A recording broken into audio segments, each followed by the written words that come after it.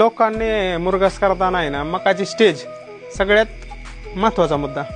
मकाची stage म्हणजे अगोदर आहे ना कणीस उघडूनच पाहिजे आणि उघडून पाहिल्यानंतर कमीत कमी आहे ना 70% दाना पिवळा आणि 30% पांढरा राहिलेला पाहिजे, पहिली गोष्ट। दुसरी गोष्ट आहे ना लोकांची अशी मानसिकता झाली मुरघास करताना की जी कटर आहे कटर त्याने चकली पाडली पाहिजे। आणि म्हणजे वैयक्तिक माझा अनुभव आहे, मी पण चकली पाडली होती, पण त्यावेळेस मला असं जाणवलं की मी जी मका तोडून घालतोय ना ती आणि मुरघास सेम क्वालिटीचा, म्हणजे काय दुधात वाढ नाही, काय फायदा नाही, फक्त कष्ट वाचलेलं।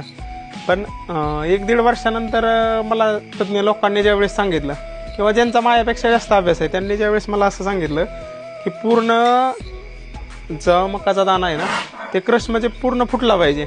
म्हणजे ज्यावेळेस आपण मुरघास गव्हाणे टाकतोय त्यावेळेस फुटलेले दाणे नाही तर दिसलेच नाही पाहिजे, बरोबर। दिसलं पाहिजे फक्त मकाचं बुरकुंड, त्याला कुठला दाणा आहे कुठं आहे हे अजिबात दिसलं नाही पाहिजे। त्याचा म्हणजे त्या स्टेजचा मुरघास किंवा तसा केलेला मुरघास आहे ना एक 22-23 किलोपर्यंतच गाय खाती आणि पूर्ण स्टार्च आलेला, ड्राय मॅटर पूर्ण आलेला असा मुरघास आहे ना ते स्टेजला। म्हणजे मकाचं वय पण 87 दिवसाच्या पुढं आणि 95-96 दिवसापर्यंत असावं।